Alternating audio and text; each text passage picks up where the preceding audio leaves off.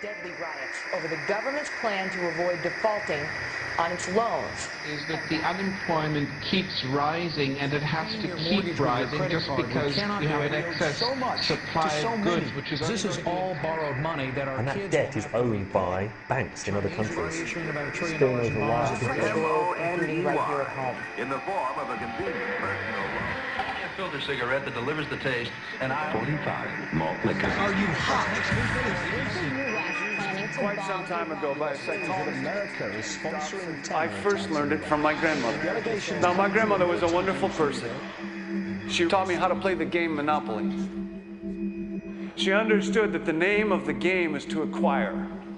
She would accumulate everything she could, and eventually she became the master of the board. And then she would always say the same thing to me. She'd look at me and she'd say, "One day, you'll learn to play the game."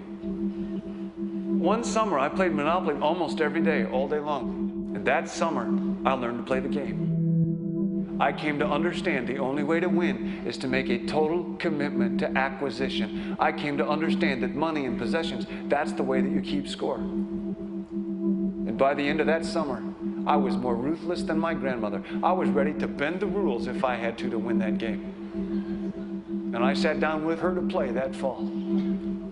I took everything she had. I watched her give her last dollar and quit in utter defeat. And then she had one more thing to teach me. Then she said, "Now it all goes back in the box." All those houses and hotels, all the railroads and utility companies, all that property and all that wonderful money. Now it all goes back in the box. None of it was really yours. You got all heated up about it for a while. But it was around a long time before you sat down at the board.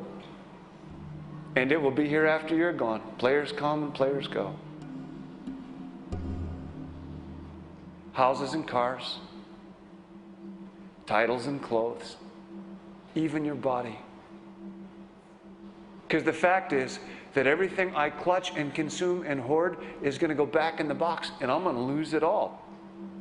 You have to ask yourself, when you finally get the ultimate promotion, when you've made the ultimate purchase, when you buy the ultimate home, when you have stored up financial security and climbed the ladder of success to the highest rung you can possibly climb it, and the thrill wears off, and it will wear off, then what? How far do you have to walk down that road before you see where it leads?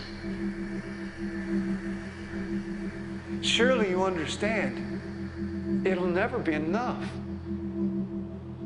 So you have to ask yourself the question, what matters?